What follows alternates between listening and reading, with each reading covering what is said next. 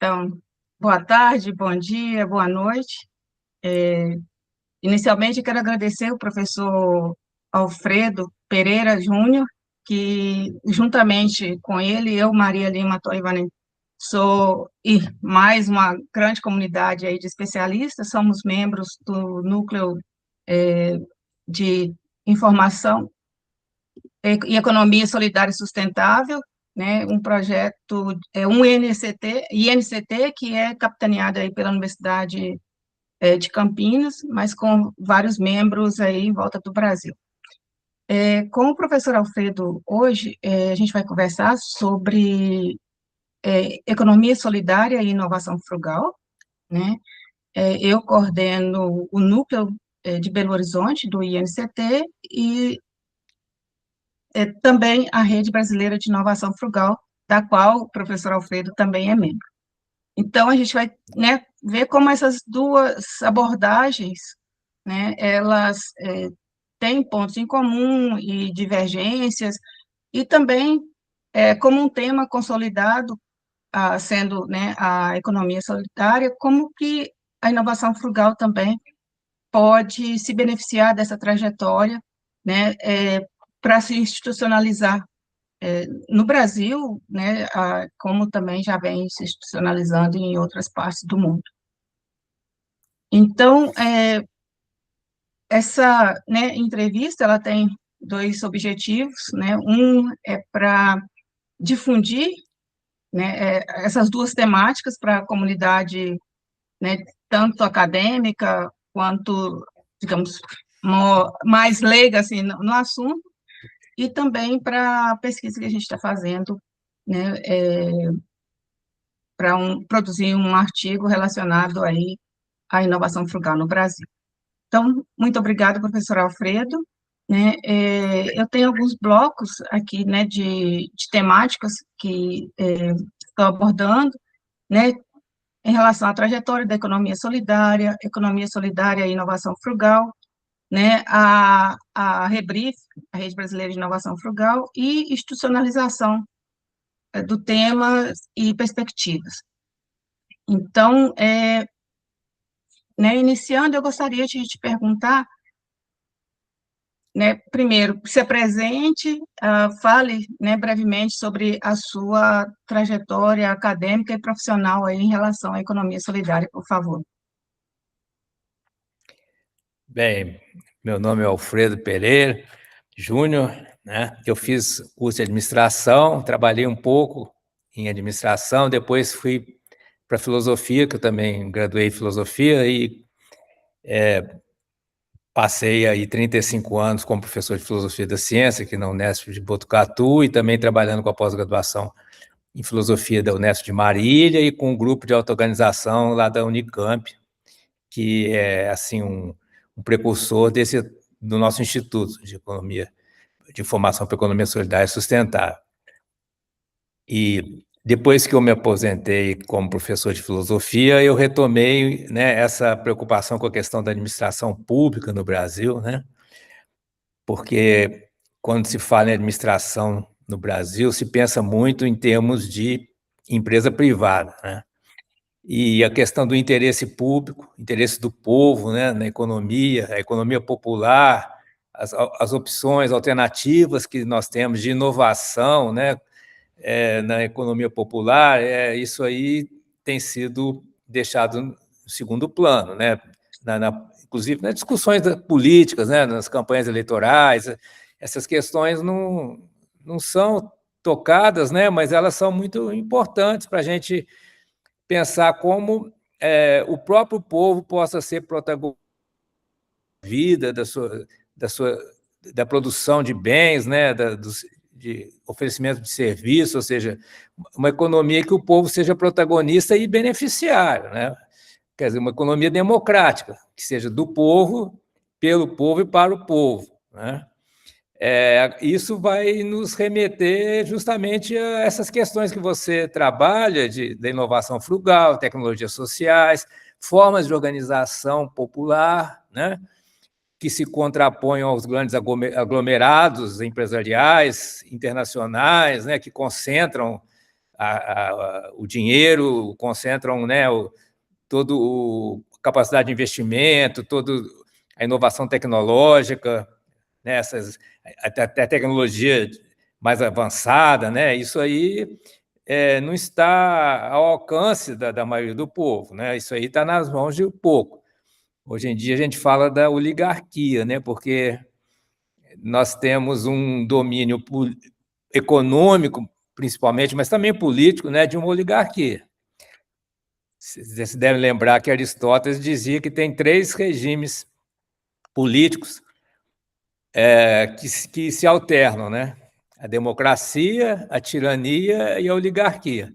É uma espécie de um ciclo, né? Porque a democracia, quando ela é muito liberal, muito assim, muito descontrolada, ela leva também a descontentação. Aí vem um tirano e toma o poder.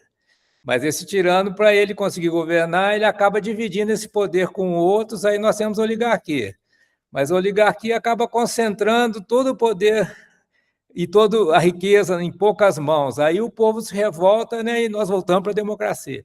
E aí fica esse ciclo, né, que para Aristóteles não tem um resultado final, né? Então, assim, a gente está tentando encontrar caminhos para uma democracia que não seja só votar, né, de 2 em 2 anos ou de 4 em 4 anos para presidente, mas que seja uma democracia do dia a dia, do trabalho, da economia, da melhoria da qualidade de vida, né, a partir do próprio esforço do povo, né? Não trabalhar para outros usufruírem, mas que haja meios das pessoas trabalharem, sim, se esforçarem, inovar, criar tecnologia acessível, utilizando os recursos do nosso bioma, principalmente, né, de um modo sustentável. Nós temos uma riqueza enorme da natureza no Brasil para ser utilizado, e que, né, esse esforço todo seja em benefício das próprias pessoas que estão se organizando, trabalhando, quer dizer, uma economia popular, democrática, né? Então, essa que é a nossa tentativa de trazer para o Brasil essa proposição, esse tipo de abordagem, né?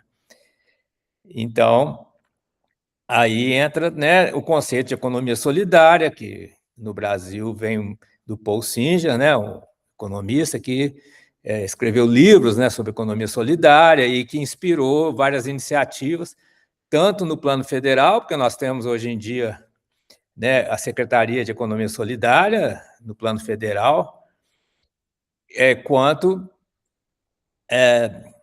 no plano estadual e municipal, né, e várias iniciativas pequenas, né? Você falou dos pequenos empreendedores que encontram nichos, né? Encontram brechas para fazer esse tipo de atividade dentro de um sistema que é mais... O nosso sistema econômico ele é dominado por uma oligarquia, sem dúvida, né? Como em outros países. Mas tem algumas brechas, né? Então a gente precisa divulgar, conhecer, divulgar e apoiar, né, com informação de qualidade científica, tecnológica, essas iniciativas que ocupam essas brechas, né? Sim. E o senhor mencionou Paul Singer, né? Então, assim, quais outros marcos, né, além da criação do conceito, que ajudaram na institucionalização da economia solidária no Brasil? E também, se puder destacar quais as características, né, dessa economia solidária no Brasil? No Brasil, a economia solidária está muito ligada ao cristianismo. A igreja, aquela parte da igreja católica que fez a chamada opção pelos pobres, né? De estar trabalhando na periferia, com as pessoas que estão passando necessidade, né? E, né, na década de 60 tinha as comunidades de base, né? Que depois se tornaram com o Betinho, né? O movimento, né? Natal Contra a Sem fome, Fome. né? Do Betinho, né? E que existe até hoje, né? aqui em Botucatu, por exemplo, ainda está em certos bairros, ainda tem grupos que trabalham com as pessoas carentes assim, então é, é, o próprio Paul Singer, ele tem assim uma inspiração mais marxista, né, de um socialismo democrático, porque o socialismo ele também tem várias vertentes, né? A vertente marxista ela enfoca muito como as pessoas se organizam para produzir aquilo que elas precisam para viver, para a sua sobrevivência, né? A produção dos bens materiais, né? Mas o Paul Singer não concordava com o caminho, né, o caminho para o socialismo que era seguido, né, na antiga União Soviética, né, que é aquele da chamada ditadura de classe proletária, né, com estatização da propriedade privada. Ele, na concepção do Paul Singer, o socialismo nada mais é do que o aprofundamento da democracia para chegar no plano econômico também, não ser só a condição de poder estar votando e elegendo representantes, mas também de ter uma autonomia, né? As pessoas poderem trabalhar para si mesmas, né? E não para outros. E aí entra assim, as ferramentas para isso, né? Que seriam, né, as cooperativas, a autogestão, que é essa ideia de você não ter uma separação rígida entre patrão e operário, mas você ter uma situação em que todos participam da tomada de decisão dentro das empresas, né? Um compartilhamento da tomada de decisão, que é a ideia da autogestão, e ele pensou mais em termos de cooperativas, mas hoje em dia tem outras formas jurídicas que a gente pode adotar, né? Isso já vai além do Paul Singer, né? Mas a gente vendo o que aconteceu na China com o Deng Xiaoping, né? Que ele introduziu uma abertura, né? Uma economia de mercado dentro do socialismo e com empresas em que tem um controle, empresas públicas, quer dizer, o Estado controla, mas elas têm capital privado ou comunitário. E isso já está assim, se mostrando algo interessante até no próprio Estados Unidos, né? O meu colega Francisco Souza, que escreveu comigo o livro de Princípios da Governança, ele me reporta que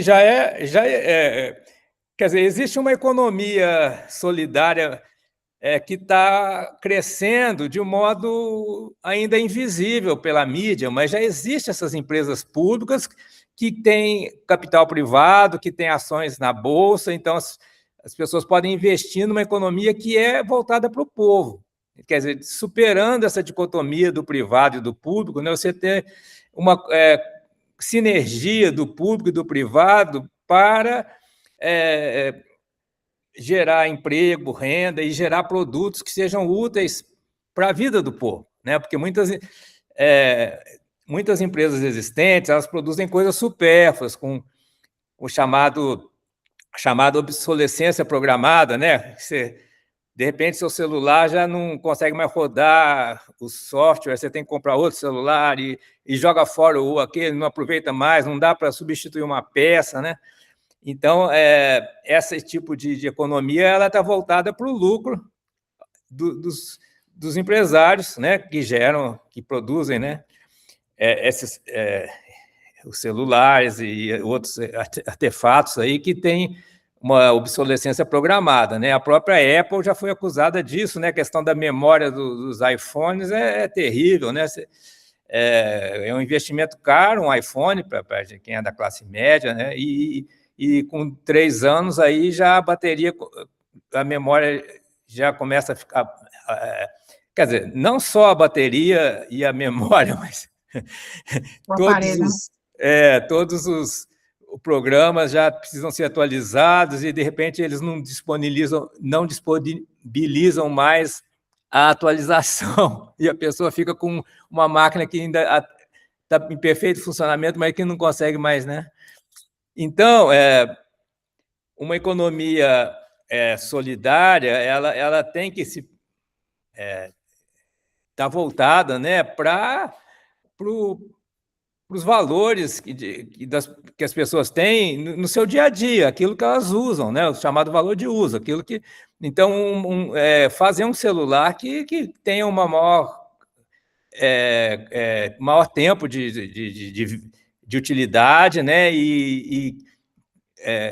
então aí você precisa ter um outro tipo de planejamento, né, das empresas. E agora, tem mais uma coisa que é nova em relação ao Paul Singer, que é a questão da sustentabilidade, porque mesmo dentre os empresários, dentro dessa oligarquia, tem pessoas conscientes que sabem que, né, a questão ecológica, ambiental é séria, que precisa, né, ter iniciativas, investimentos, né, práticas na natureza que sejam mais sustentáveis, que não destruam a biodiversidade, né, que possibilitem evitar o desequilíbrio climático, né, esses períodos muito quentes, muito frios, fenômenos atmosféricos que estão acontecendo, né, isso aí, em parte, é responsabilidade humana e que poderia ser minorado, ou não digo talvez totalmente evitado, mas, né, a gente pode também prever o que vai acontecer e se preparar para que o impacto na vida humana não seja tão destrutivo, né? Que, aliás, o governo brasileiro está propondo isso em relação ao El Niño, né? El Niño, que está previsto para esse ano, quer dizer, onde for possível prevenir, né, as consequências nefastas, né, a gente tem que se organizar. Então, a economia solidária, num certo ponto, ela se encontra com a luta pela sustentabilidade, né, para a gente manter as condições de vida no planeta para as gerações futuras, né? E aí abre novos caminhos, porque você pode ter grupos empresariais que eles são extremamente competitivos, né? Mas porque aí, de certa maneira, a competitividade acerbada ela está contra a visão solidária. Porque solidário não precisa ser só assim, por caridade, né? A solidariedade, ela é também, ela não é, quer dizer, tem muitas pessoas que são solidárias por questões religiosas, né? Mas não é só isso, né? A solidariedade também ela é a construção de um tecido social mais saudável, né? Para a saúde mental das pessoas, menos estressante, porque se você vive numa competição muito forte, você vai acabar estressado, vai acabar somatizando, tendo problemas, né, de saúde, né? Ou vai agravar os problemas de saúde, né? Agora, a gente encontra pessoas, né, que estão nesse meio da competição no mercado financeiro ou dos grandes conglomerados, né? Mas elas têm uma consciência ecológica, então elas abrem algumas brechas aí, né? Para um outro tipo de prática, né? Outro tipo de visão empresarial, de empreendedorismo, né? Que seria o sustentável, né? Quer dizer, tem o empreendedorismo dominante que nós temos no país é aquele da concorrência, né? Da busca do lucro privado, né? As pessoas querem enriquecerem, a família delas sobressair na sociedade e não interessa muito se tem gente passando fome. Essa que é a visão dominante, né? Do empreendedorismo para benefício próprio, da própria família. Mas aí nós temos fissuras nisso aí, porque nós temos também pessoas que não têm condições, mesmo se elas quisessem ficar ricas, elas não vão ficar ricas, elas estão lutando para sobreviver. Aí essas pessoas, elas formam associações, elas se solidarizam, uma pessoa está passando fome, uma ajuda a outra, né? Isso acontece muito na periferia urbana. No campo tem mais recursos das pessoas se alimentarem. Agora, na grande cidade, se você não tem dinheiro para ir no mercado e comprar comida, você vai se alimentar como? Você precisa da ajuda de alguém, né? Uma solidariedade entre o próprio povo para passar um momento difícil e, de repente, você melhora de vida e aí você pode ajudar outra pessoa que te ajudou quando você estava em dificuldade, né? Então, existe toda quer dizer, eu vejo a economia solidária começando aí, né? Cooperações e que acabam criando um tecido social mais saudável. A gente vê em certas áreas, por exemplo, né, por exemplo, reabilitação psicossocial, que é uma área importante, assim, porque tem a questão dos transtornos mentais está crescendo muito, não só no Brasil, no mundo inteiro, né? Então, além das pessoas terem o tratamento médico, né, farmacológico, elas também precisam ter o apoio social, né, formar grupos, pessoas que estão em situação semelhante, que trocam experiências, uma ajuda a outra, né? Então, existem associações, como aqui em Botucatu tem uma associação muito forte, que já foi até premiada, né? A Associação Arte e Convívio, que trabalha, né, com essa rede de apoio das pessoas que precisam, né, nessa área. Aí tem várias outras possibilidades aí em que a cooperação ela não é só por caridade, ela é algo que traz ganhos para todo mundo, né? Chamado jogo de soma positiva, né? E então, além disso, né, que compõe a economia, a base da economia solidária, nós temos agora também a busca, né, do desenvolvimento sustentável. É um programa mundial, né? Em que se abrem outras brechas que podem ser combinadas com a economia solidária, né? Por isso que o nosso instituto é voltado para uma economia solidária e sustentável, porque vai somar forças, né? Tudo isso. Porque mesmo dentre aqueles que não são solidários, que são competitivos, né? Que nessa competição do mercado, que é própria do mercado, mas que às vezes ela fica muito acirrada e leva as pessoas até a adoecerem, né? Mas mesmo nesse meio tem pessoas que têm consciência ecológica, que, né, vão estar dispostas a investir uma parte da sua riqueza em atividades que vão de regeneração de áreas degradadas, né, de produção de alimento mais saudável, né, como aqui em Botucatu nós temos também a Estância Demétria, que trabalha com agroecologia, né, produzindo alimentos sem adubos químicos e sem defensivos, né, chamado agrotóxico, né, que são muito prejudiciais para a saúde e que no Brasil têm um uso descontrolado, né, um abuso.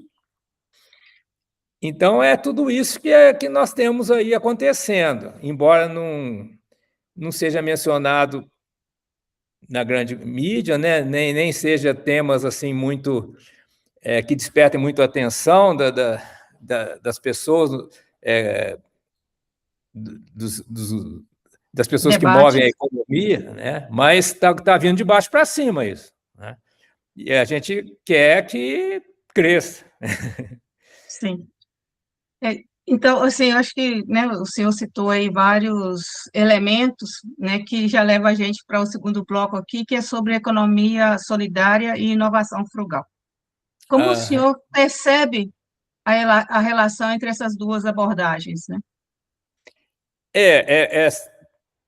São muito complementares, né? Porque em qualquer atividade econômica tem que ter um certo grau de inovação, né? Porque ninguém vai produzir, gerar um produto, um alimento, por exemplo, que o mercado já ofereça com um preço aceitável, né? Porque não vai conseguir vender, né? Então, quer dizer, tem que ter um diferencial, todo empreendimento tem que ter um diferencial, e aí entra a questão da inovação, né? As novas gerações, né, elas vão chegar num ponto que vão ter que trabalhar ou vão conseguir um emprego numa empresa que já existe, né? ou no emprego público, que está cada dia mais escasso, ou vão ter que abrir sua própria empresa, vão ter que ser empreendedores, né? Individualmente ou de modo associado, né? Com outras pessoas, formando uma cooperativa, por exemplo, né? Uma sociedade de ações. Então, para elas empreenderem, elas têm que ter um diferencial, né? Alguém tem que ter uma ideia e essa ideia ser testada e ser operacionalizável e ser, né, e ser eficaz. Eficaz e eficiente, né? São os dois conceitos que a gente tem na administração. Eficaz é capaz de atingir o objetivo, e eficiente é atingir o objetivo com o menor custo possível, porque para conseguir encontrar um nicho no mercado, conseguir ter, né, uma marca, um produto que as pessoas queiram pagar por ele, queiram comprar, certo? Mas aí a gente vê o seguinte, né? Como você vai inovar, por exemplo, nessa área de produzir, por exemplo, celulares, né? Se nós não temos nem a base para produzir um chip, né? Um circuito integrado, e agora tem placas impressas, a laser, sei lá, né? Em Taiwan tem indústrias fantásticas que produzem umas placas de circuito integrado, eu já nem sei mais qual é o nome, mas tudo automatizado, né? Como é que nós vamos competir com isso? Não tem jeito, né? E além do mais, né, você tem uma economia popular, que o povo seja protagonista, tem que partir do conhecimento e da capacidade que o povo tem, né? Não dá para você contar com algo que o povo não tem. Então, aí que eu acho que é o fulcro da questão, né? Porque, agora, alguém vai dizer, o povo brasileiro não tem educação, não tem uma boa educação, o povo brasileiro é ignorante, né? São pessoas inferiores, então não tem jeito. Não, isso aí é uma visão muito preconceituosa, né? Acho que toda pessoa tem uma potencialidade, né? E ela pode ser incentivada a ser criativa e a encontrar uma ideia, uma proposta de um empreendimento que vai ser bem sucedido, né? Quer dizer, é uma potencialidade, né? Agora, como trazer essa potencialidade para, de fato, as pessoas serem empreendedores criativos, né? Aí eu acho que aí o caminho para o Brasil é a inovação frugal, quer dizer, você pegar o ponto que a coisa está e acrescentar um negócio, aquele ingredientezinho a mais que vai fazer a diferença, né? Porque tem que fazer a diferença, mas também não dá para a gente dar um salto muito grande, de repente a gente está na ponta da informática, não dá, né? Nós temos que partir do quê? Do que nós temos, né? E nós temos uma riqueza da natureza muito grande, não só mineral, aí que está, né, terras raras, petróleos, mas as águas, né? Nós temos uma riqueza mineral muito grande, mas também biológica, né? O nosso bioma, os nossos biomas são muito ricos, tem muitas raízes, folhas, frutos que podem servir de alimento, de cosmético, de remédio, muita coisa que a gente que está aí ao nosso redor e que a gente não valoriza, né? Agora, para isso ter valor de mercado, tem que ter um processo, né? A pessoa tem que criar um processo, né? E tem outras áreas também, você mencionou a questão da reciclagem, né? Dos catadores, né? Também é uma possibilidade, né? Porque ninguém quer que fique o lixo acumulando aí na rua, ou então, né, pagar para uma empresa pegar esse lixo e jogar no lixão, formar um lixão, né, que vai acumular um monte de lixo e vai ser uma área insalubre, né? Então, aí surge essa oportunidade, por exemplo, da reciclagem do lixo, que é uma das grandes áreas aí de atuação solidária e sustentável, porque aí você, né, pode haver uma união das pessoas que trabalham com a coleta do lixo, e com aquelas que processam, né, e aquelas que comercializam depois, o que é feito na reciclagem, né? Quer dizer, são vários passos aí que, né, coleta, reciclagem, venda dos produtos, às vezes até gerando uma marca, né? Por exemplo, telhas feitas de garrafa PET, né? Isso aí de repente, isso é uma inovação frugal, por exemplo, né? Nós tínhamos telha feita de amianto, ela é nociva para a saúde, dá câncer de pulmão, né? Quem tem um contato com amianto. E nós temos um monte de garrafa PET acumulada no lixão. Então, vai lá, né? As pessoas catam, alguém criou uma máquina que pega aquela garrafa PET e prensa, sei lá, e derrete e faz telha, né? E pronto, criou um produto. Isso é uma inovação útil. E como tem muita gente que precisa de telha para cobrir suas casas, se for um material bom, né, que não é insalubre e que às vezes até é mais barato do que telha de barro, a telha de barro você precisa fazer aquele madeiramento todo que sai caro, né? Uma telha de PET, de repente você pode fazer uma estrutura mais leve, mais barata, né? E você cobrir sua casa de um modo adequado, com uma despesa menor. Então, quer dizer, então esse tipo de coisa que a gente tem que descobrir, né? Vai precisar ter, nessa juventude toda que está chegando aí no mundo do trabalho, né? Tem que despertar neles aquela centelha da criatividade para falar, eu vou fazer uma máquina que vai transformar a garrafa PET em telha, né? Ou qualquer outra coisa. Eu vou pegar... Aqui tem um monte de pitanga aqui, nativa aqui no meu redor. Eu vou, então, criar o suco de pitanga. Que é claro que vai ter um segredo, né? Não é só você pegar pitanga, pôr água e engarrafar. Né? Tem que pesquisar e ver como é que vai conservar, né? Qual a proporção de uma coisa para outra, ou vai adicionar mais alguma coisa para ficar mais saboroso, né?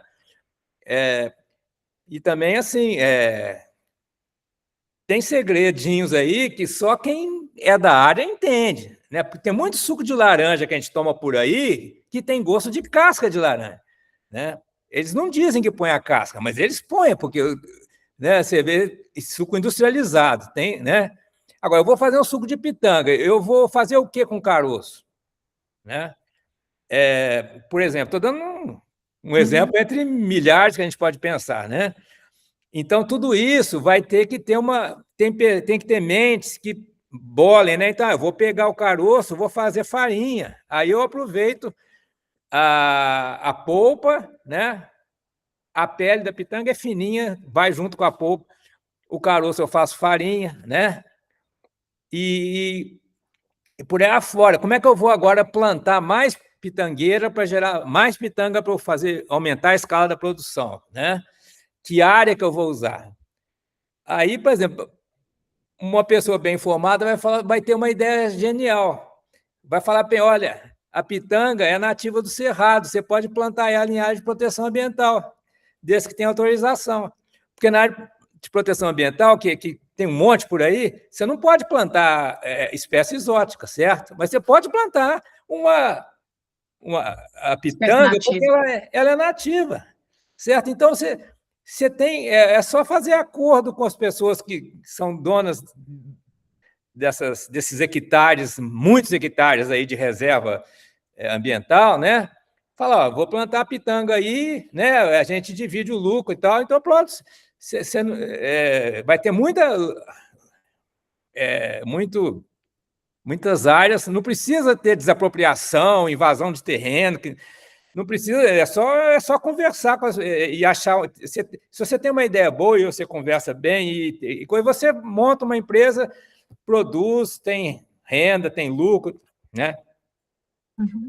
Une as pessoas, você tem que ter pessoas que acho que a inovação também não é só uma questão de um gênio aí, de um pardal aí que vai inventar uma coisa e patentear. Não, você tem que unir um grupo de pessoas para trabalhar naquilo, né? Tem que ter habilidades sociais nisso aí também, né? Isso que vai fazer a diferença se o negócio vai para frente ou não vai.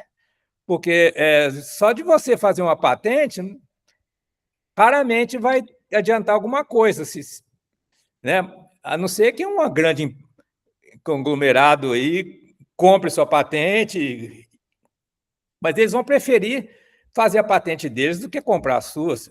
A não ser que você venda muito barato a patente, também não vai adiantar grandes coisas.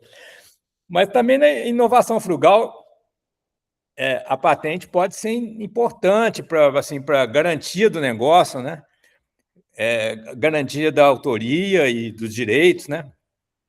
Mas o principal que eu vejo é você ter habilidades sociais para agregar um grupo de pessoas para montar aquela empresa e fazer ela funcionar, né?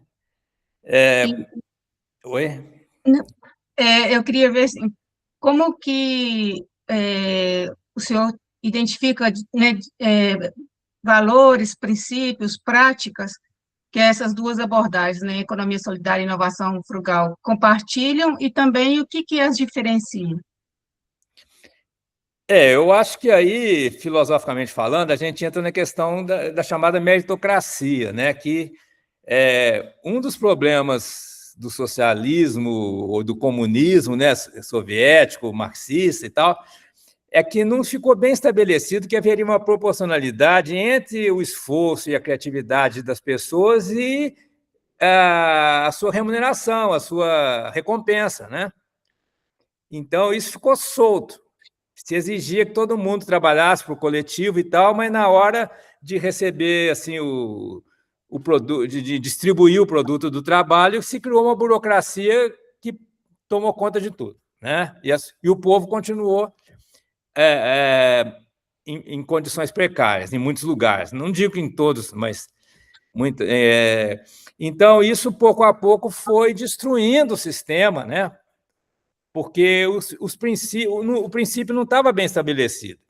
Até que chegou um sujeito chamado Gorbachev, né, Gorbachev, na Rússia, que propôs uma outra concepção de meritocracia que eu acho válida, embora o Gorbachev não conseguisse convencer os seus concidadãos disso, né? O Gorbachev fracassou, a Rússia voltou para o capitalismo, né?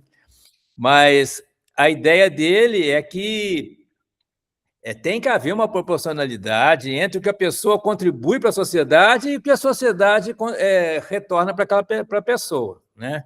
Porque senão ninguém vai querer acordar cedo, trabalhar duro, né? E se esforçar para gerar um produto, gerar um serviço novo e tal, e se depois ela não tiver uma recompensa por isso, né? Mas agora, dentro da visão solidária, isso tem que não pode haver uma disparidade muito grande na sociedade, né, de renda, né, de ganhos. Né? Algumas pessoas não têm praticamente nenhuma fonte de renda, ou terem que fazer atividades muito desgastantes simplesmente para conseguir sobreviver, né? E outras pessoas que ganham muito dinheiro sem praticamente fazer nada, só fazendo render o capital que elas já têm, né? Ou aplicações financeiras e tal, ou pior ainda, com fraudes, né? Que, infelizmente, isso aí está acontecendo muito, né? Pessoas que fraudam o sistema financeiro e ficam muito ricos, né? Gerando um problema para o país, né? Para depois resolver os prejuízos, né? Por exemplo, saqueia o fundo de pensão dos aposentados e depois como é que vai pagar os aposentados, né? Então, nós temos que pensar, né, aí, do ponto de vista de uma economia solidária, a meritocracia não pode ser desse tipo, em que quem é rico e investe esse capital e tem muitos ganhos, né, e diz que isso é mérito, mas não é propriamente um mérito, o ponto de partida já é bem elevado, então a pessoa simplesmente está jogando com aquela vantagem que ela já tem, muitas vezes já por herança, né? e tem aqueles que estão em um ponto de partida muito precário e que, por mais que se esforcem, não conseguem mal conseguem sobreviver, né? Então, tem que ter, eu acredito, uma política, aí tem que ser uma política do Estado federal para reduzir essa desigualdade, para que a meritocracia faça sentido, né? Que eu vejo aí como uma principal medida que poderia ser tomada a renda básica cidadã, né, que já está aprovada no Brasil em lei do Eduardo Suplicy e que não foi implementada. Por quê? Porque ela daria uma base mínima para todos poderem ser criativos ou poderem empreender, mas tendo a sobrevivência garantida, né? O mínimo garantido. Então, ao contrário do que dizem, né, uma renda cidadã, assim como o Bolsa Família, não vai fomentar a preguiça, a pessoa ficar pendurada no governo. Não, as pessoas vão ter o mínimo para sobreviver, vão poder se organizar, vão formar uma cooperativa, plantar árvore, colher o fruto, fazer suco, vender, né? As pessoas vão ter mais condições de empreender. Porque se você está só preso na pura sobrevivência, como é que você vai empreender? Se você mal consegue pagar as contas no final do mês, né? Está endividado, né? Não consegue viver. 80% da população brasileira está endividada. Como é que a pessoa vai empreender? Como é que vai fazer inovação? Frugal ou não, né? Não tem jeito, então tem que ter uma base. Isso só pode ser no plano federal, porque para fazer essa transferência de dinheiro, né? Porque isso aí em inglês é o cash transfer, né? O Bolsa Família é um cash transfer, transferência de dinheiro. Só quem pode emitir dinheiro, né? Porque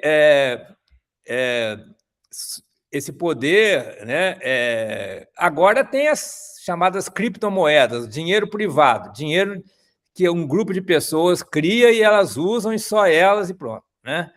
Mas o dinheiro no Brasil real é um dinheiro que seria, em princípio, público, seria emitido por instituições do governo federal, né? Tem o Tesouro Nacional, o Banco Central, eles emitem títulos, convertem em dinheiro e então eles que têm esse poder para, né? Aí, no caso do Bolsa Família, através da Caixa Econômica, que é um banco público. Então, tem que ter um banco público no meio de intermediário. Caixa, Banco do Brasil faz financiamentos facilitados aí até para o agronegócio, né, para a agricultura. O Banco Nacional de Desenvolvimento Econômico e Social faz financiamento para cooperativas. Infelizmente, faz mais financiamento para cooperativas patronais do que para cooperativas populares, né? Mas tem que ter um esquema envolvendo, né, o Ministério da Economia, o Poder Executivo, né, Tesouro, Banco Central e os bancos públicos, que felizmente o Brasil tem. Os Estados Unidos só tem um banco público, que é o de Dakota. O Brasil tem grandes bancos públicos que podem fazer essa mediação, né, para a transferência de recursos para as pessoas, né? E a renda básica cidadã não precisa ser o mesmo valor para todo mundo, ela pode ter vários valores. A pessoa que é mais necessitada ela recebe o mais alto, a pessoa que já tem uma boa renda e tal, ela recebe o mínimo, que pode ser até simbólico, um valor simbólico, eu recebo R$10 por mês, só para não dizer só para a gente poder dizer que é universal, todo mundo está recebendo, mas quem não precisa recebe R$10, quem precisa recebe 1.000, certo? Aí a gente teria condições de maiores condições de até cobrar das pessoas, né, que elas empreendam, né, porque a gente precisa de empreendedores, né, para o Brasil melhorar a condição de vida do povo. O povo precisa consumir produtos, tem que produzir esses produtos, porque se só coloca um pouco de dinheiro na mão das pessoas, mas as pessoas não produzem nada, isso vai gerar inflação, porque vai ter mais dinheiro e para a mesma quantidade de produção, de produto interno bruto, né? Então, junto com um programa de renda básica cidadã, tem que ter incentivo a atividades produtivas, que as pessoas vão ter um pouquinho mais de dinheiro para comprar, ir lá no mercado e comprar, né, o alimento, o produto de limpeza, etc., né? Então, tem que ter mais produção desses produtos, senão vai ter inflação, né? E como é que vai ter mais produção desses produtos se as pessoas não empreenderem? Porque o Elon Musk, né, o Jeff Bezos da Amazon, eles não vão produzir água sanitária aqui no Brasil, certo? Né? Tem que ter gente daqui produzindo as coisas que a gente precisa, que o povo precisa aqui, né? Então, aí que eu entendo, né, que é o espaço aí né, em que a inovação frugal encontra com a economia solidária e sustentável, né, principalmente com as novas gerações, elas criarem essas empresas que produzam, que gerem esses produtos e serviços também. Precisa, né, a partir do momento que você tem geração de energia solar, placa solar, você tem que ter a pessoa que instala, que faz manutenção, né? Não sei como, mas no Brasil surgiu um monte de gente que mexe com isso, né? Com cursos, aprenderam pelo YouTube, uma pessoa que aprendeu compartilhou com as outras e as outras aprenderam, né? Então, é coisa desse tipo que tem que acontecer não só na área de energia solar, que está acontecendo, que aconteceu, mas em todas as áreas de interesse para a vida do povo, né? E, para isso, aí que entra também a questão do ensino médio, que é um foco do Instituto, né? Nós temos que fomentar na cabeça desses adolescentes, né, a ideia do empreendedorismo e da inovação, né, dentro das condições que eles têm, né? Não são condições ótimas, muitas vezes é muito precário, né? Você pensar, né, escolas assim de periferias, com poucos recursos e tal, mas sempre tem alguma coisa que se pode fazer, né? Principalmente se houver apoio do governo federal, um programa de Bolsa Cidadã, financiamento de projetos, de associações, de cooperativas, de empreendedorismo social. E uma coisa interessante que se fala muito pouco é que também essa questão do empreendedorismo social está muito ligado com a emancipação das mulheres, né? As mulheres são as boas empreendedoras sociais, que elas têm uma visão mais do social, né? Os homens são muito egoístas, né? Querem ganhar dinheiro e ficar rico e ostentar, né? Comprar um carro chique, né? Construir uma mansão. As mulheres estão mais preocupadas em alimentar os filhos, né? De cuidar do quintal, lá, de uma hortinha, né? Uma galinha que põe o ovo, que vai fazer a comida dos filhos. Estou falando assim no plano Em bem geral, básico. né? É claro que a mulher hoje em dia está no mesmo. Nas universidades, as mulheres estão no mesmo plano que o homem, né? Eu não estou querendo passar essa visão que a mulher é dona de casa, não, mas é que, pelo histórico da espécie humana, a mulher tem uma visão mais de solidária e sustentável do que o homem, né? Na média, né? Não de um ponto certo. Então, um outro vetor aí de transformação que tem no mundo é esse, né? Da economia solidária, ela ser uma ferramenta também de emancipação, não só da mulher, mas de outras minorias também, né? Contra aquela oligarquia que é mais masculina, branca, né? De origem europeia, né? Então, também tem isso, né? Eu acho que a gente não deve absolutizar essa questão chamada identitária, né? Mas isso está aí, gente. E a economia solidária, sustentável, ela é também um instrumento de afirmação de minorias, né? Através da solidariedade e também de uma melhor relação com a natureza. Isso é muito evidente na questão dos povos nativos, né? Os povos nativos, eles têm uma relação maravilhosa com a natureza, né? Por exemplo, na Amazônia. A própria universidade tem muito, as universidades têm muito que aprender com eles, né? Sobre aquele bioma que eles interagem há milhares de anos, né? E a gente soltar um de nós lá no meio da Amazônia, a gente morre em pouco tempo, né? Nós não temos conhecimento de sobrevivência numa selva tropical E também não conhecemos as características das plantas que podem ser utilizadas via inovação frugal para gerar produtos no mercado, de interesse internacional, né? Sim.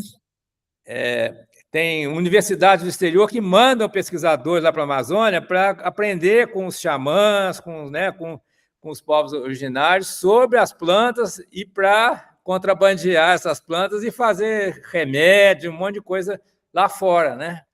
E nós aqui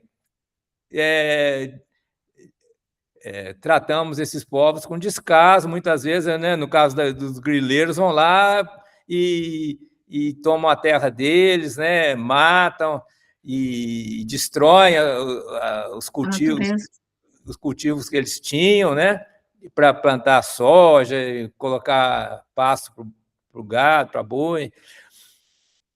Quer dizer, nós temos muita potencialidade, mas tudo isso vai... para se transformar isso em realidade, de fato, né, nós temos que entrar num processo aí que eu acredito que começa no ensino médio, das pessoas perceberem essa riqueza que nós temos na natureza e começarem a pensar, usar a sua criatividade para ver como podemos usar de um modo sustentável, né? Claro.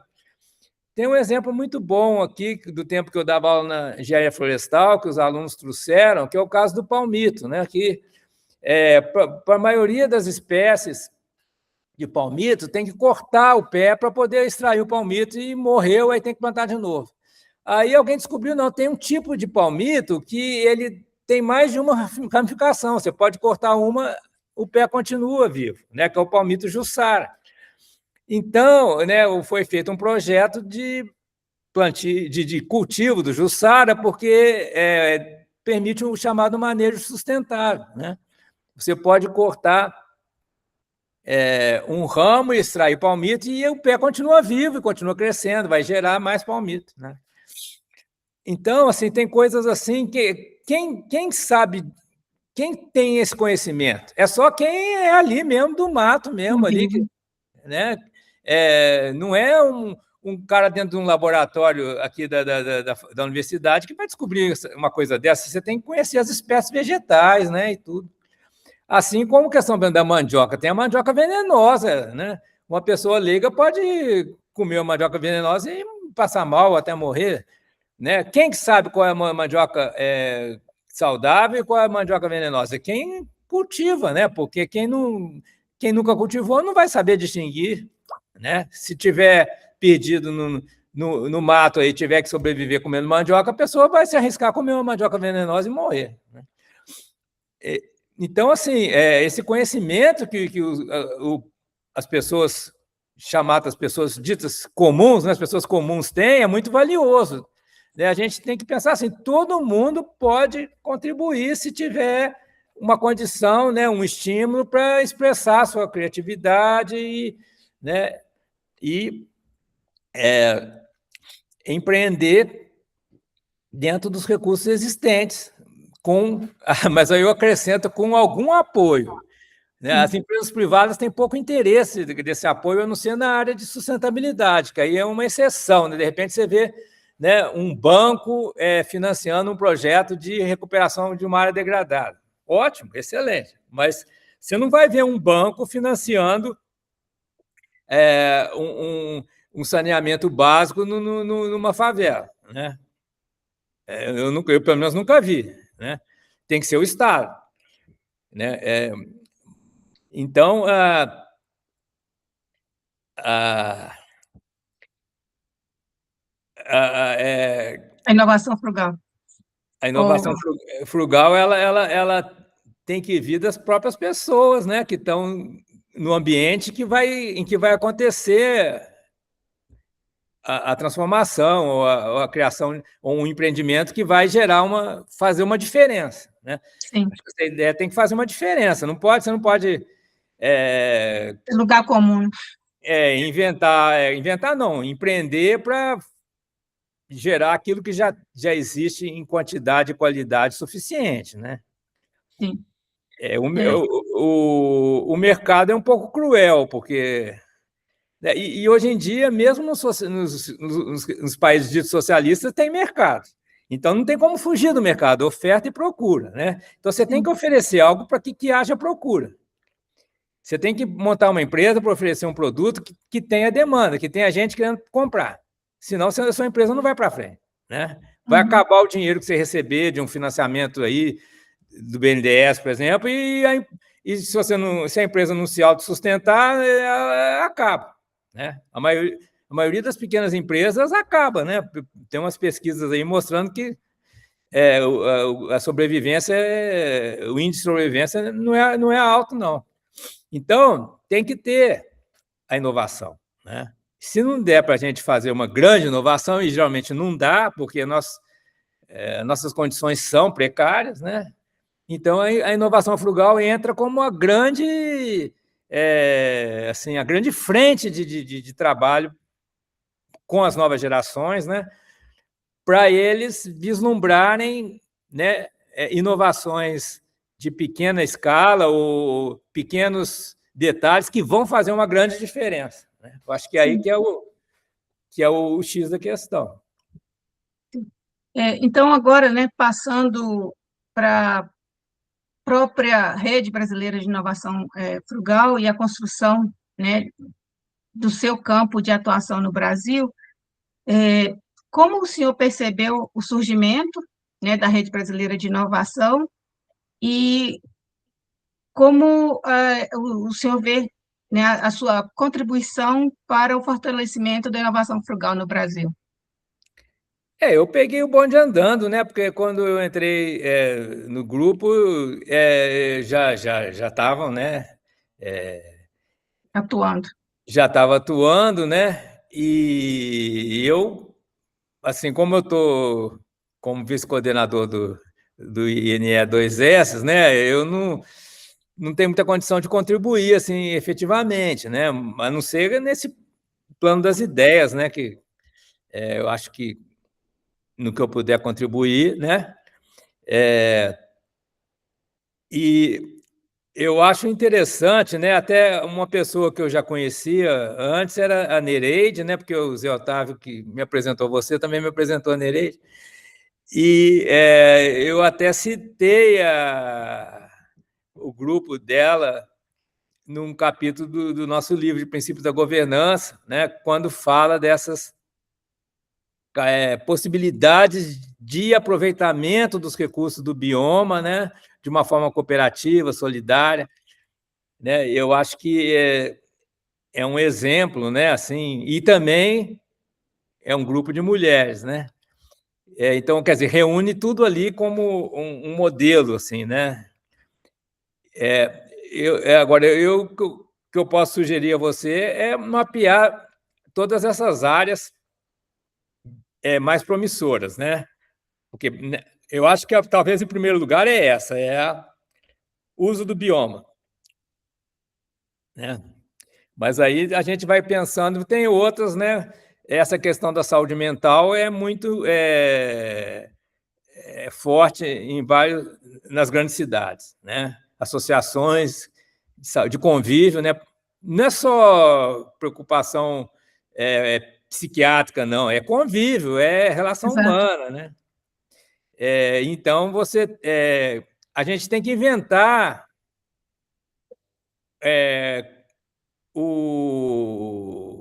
uma instituição, um meio das pessoas se encontrarem e trocarem, né?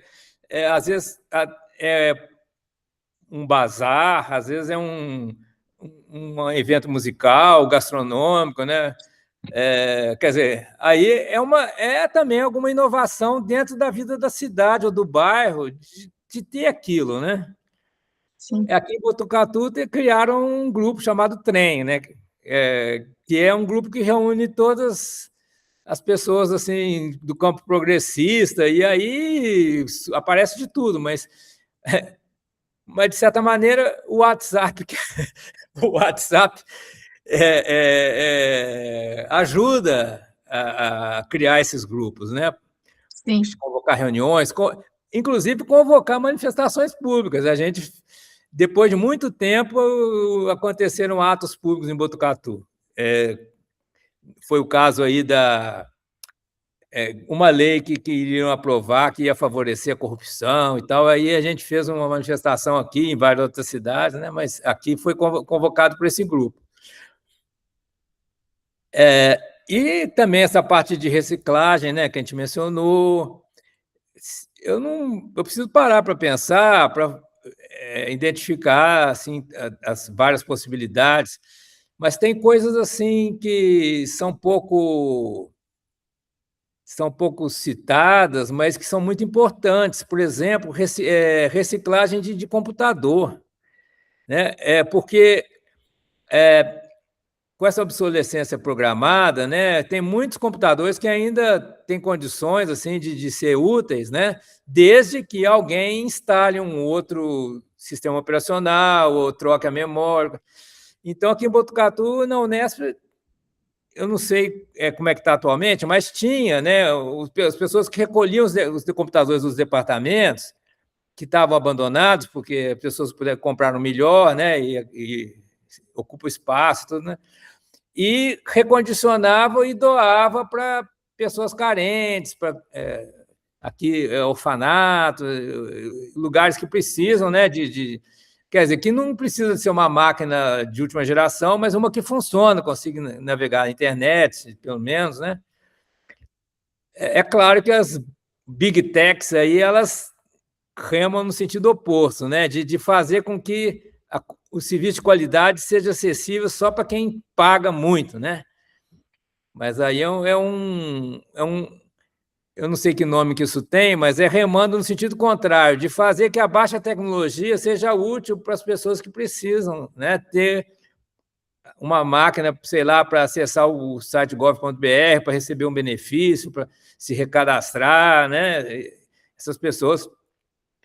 Tem também a parte de ensinar as pessoas a mexer com computador, né? Essa é uma contribuição aí no governo do estado de Goiás, eles têm uma política, né, de reciclagem e, digamos, redestinação, né, de eletroeletrônicos a partir da própria política de desfazimento dos equipamentos eletroeletrônicos, né, isso inclui, né, doação a entidades, né, que oferecem serviços, inclusão digital por meio de treinamento, né, e no final, quando não tem nenhuma maneira mais de aproveitar, sim, aí o equipamento é destinado para reciclagem, né? Reciclagem do hardware, né? Isso. Mas aí também precisa de inovação frugal, por exemplo, muitas dessas máquinas foram recuperadas usando o Linux, né? Uhum. Porque, de repente, você não consegue mais atualizar o Windows. Aí a pessoa vai lá, põe o Linux, que é, de certa maneira, uma inovação, né, de Com interesse certeza, popular, né? com certeza. Softwares assim, mais acessíveis, que você não tem que pagar por eles. Bem, então, se a gente começar eu acho que essa sua pesquisa aí vai levantar muitas possibilidades, né? Esse é o interesse. Então, tem muita coisa que a gente pode fazer.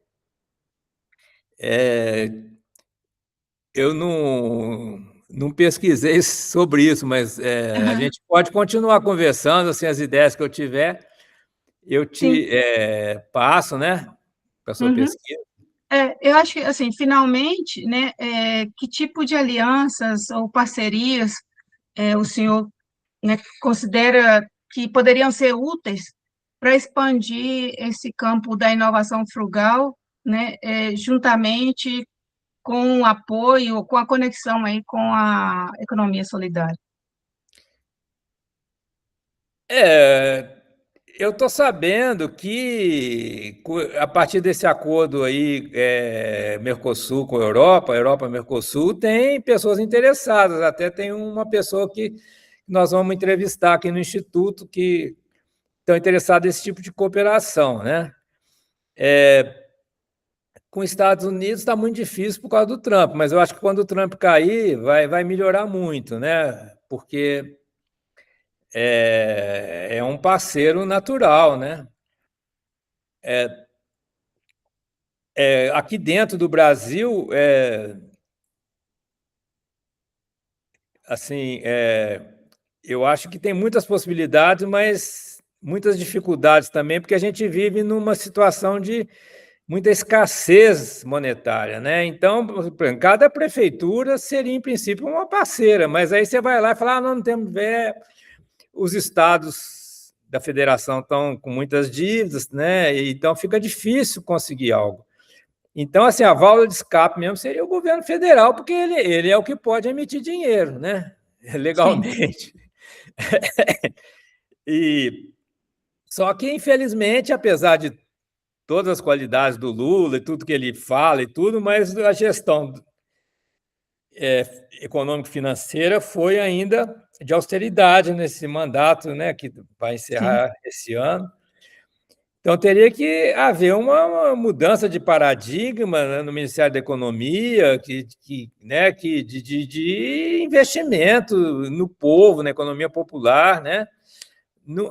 O dinheiro público ser voltado para o povo e não para os ricos. Porque o que a gente vê é que o dinheiro público vai muito mais para os ricos do que para as pessoas mais necessitadas, né? Da economia popular. Vai para a exato. economia dos ricos, né? De salvar banco, né? Salvar empresa como Americanas, né? E pagar juros, 1 trilhão de juros por ano para os investidores que rolam o capital sem estar produzindo, usando esse dinheiro para produzir ou para prestar algum serviço ou fazer qualquer coisa que interessasse para a sociedade, né? Para o povo. Uhum. Então, acho que a válvula de escape é o governo federal. Então, por isso é fundamental que esse ano tenha uma mudança para melhor, embora seja com os mesmos grupos, né? Não tem Sim, nenhuma alternativa aí concreta, mas eu não sei bem como, mas a gente está tentando, através das redes sociais, através, né, de todo esse trabalho do nosso instituto, de criar uma outra mentalidade e que vai exigir que o Estado invista no povo, né? E como fazer isso é uma questão técnica, né? Que eu acho que a gente não. Eu sei que é possível que outros países fazem. A China emite a própria moeda e investe em pesquisa tecnológica, em empresas com de placa solar, de carro elétrico. Se a China pode fazer, por que a gente não pode? Né? O Brasil era mais industrializado que a China e tinha um PIB maior que o da China na década de 70, do milagre, né? uhum. E ficamos para trás. E a China cresceu muito, né? E melhorou muito a vida do povo, com muito trabalho, é claro. Mas, então, eu acho que é uma questão de paradigma. Ou, como dizia o André Lara Rezende, é uma camisa de força ideológica que o Brasil vestiu em si mesmo, chamado, também ligado ao chamado Consenso de Washington, né? Que foi algumas diretrizes de política econômica traçadas pelos Estados Unidos, né, para o continente americano, e não, para o mundo todo, né, e que bloqueou o desenvolvimento em muitos países, porque essa ideia de austeridade só pode investir se tiver superávit fiscal. Como nunca tem superávit fiscal, nunca investe, né? Eu Então, sigo. tem que sair dessa camisa de força, né? E não é fácil, porque os economistas, a maioria dos economistas foram formados dentro desse paradigma. Então, assim como em qualquer outra área, você mudar o paradigma é muito difícil. Tem que ter uma crise, né? Tem que haver assim, realmente uma situação em que as pessoas percebam que tem que mudar. E eu acho que nós estamos chegando nisso, né? Porque essa questão do endividamento é séria, né? Todo mundo, quer dizer, com 80% da população endividada, a própria economia começa a estagnar, ou já estagnou, né? E aí, se não tem investimento público, não vai também ter investimento privado, porque o investidor privado ele vai investir se ele tiver perspectiva de ter um ganho, né, maior do que o que ele O ganha investimento. comprando títulos do Tesouro, né? Que é Sim, 15% ao ano. Né? E se o povo está com um poder aquisitivo baixo, quem vai querer montar uma empresa para vender para esse povo que não pode pagar?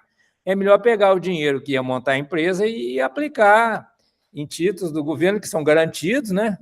E que tem aquele rendimento certo, líquido ali, Sem do que risco. você arriscar montar uma empresa, né? Comprar maquinário, ferramentas e contratar gente, pagar os direitos trabalhistas, pagar imposto, né? Tem o risco, né? Por exemplo, quem trabalha com agricultura sempre tem o risco de intempéries climáticas e perda da safra, né? E problema de embalar, de transporte, de, né? Problema sanitário, né? Ninguém Muita demanda. muita dor de cabeça para quem quer empreender, fazer alguma coisa.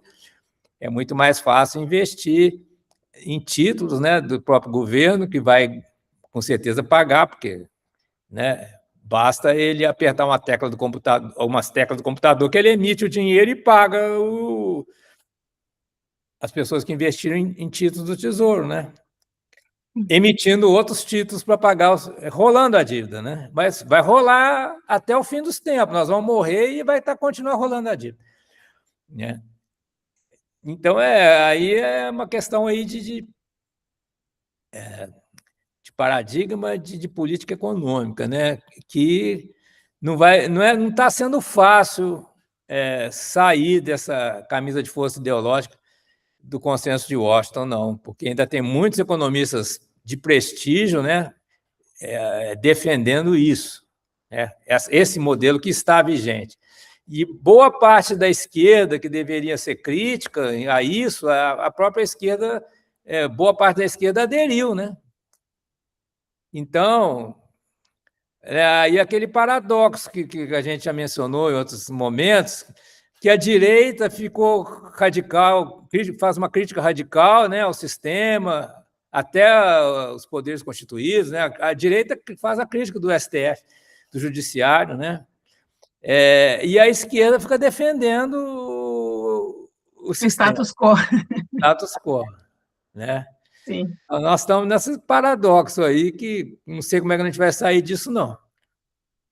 Bem, mas tem coisas que não que vão muito além da nossa imaginação e da nossa capacidade de ação, né? Então, tem que ir acompanhando, torcendo, igual a gente torce para o Brasil na Copa aí, né? Quer dizer, você não pode fazer nada. Estou aqui na minha sala olhando a televisão, eu estou torcendo, mas é só torcida mesmo, né? Eu acho que para fechar, isso, né, que você falou por último aí, da questão de austeridade, né, fazendo uma conexão aí com a inovação frugal, é que ela opera, né, basicamente num contexto de restrição, né?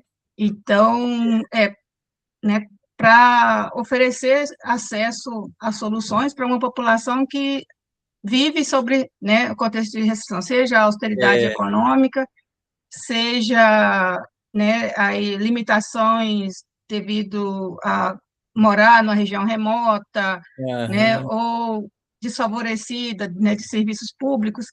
Então, de repente, isso também pode ser uma alternativa, se a gente, né, trazer aí, como o caso da economia solidária, né, também para um espaço mais, compartilhar essa mentalidade, né, uhum. de que a solução ela não tem que ser revolucionária, mas ela pode aí, né, se apropriar de novas tecnologias, novos conhecimentos, mas, né, por princípio, ela favorecer a acessibilidade, né, então, eu agradeço, né, a sua contribuição também por me engajar nesse grupo, né, porque aí a gente, né, compartilha também esse sentimento, né, de estar ajudando a mudar aí o status quo.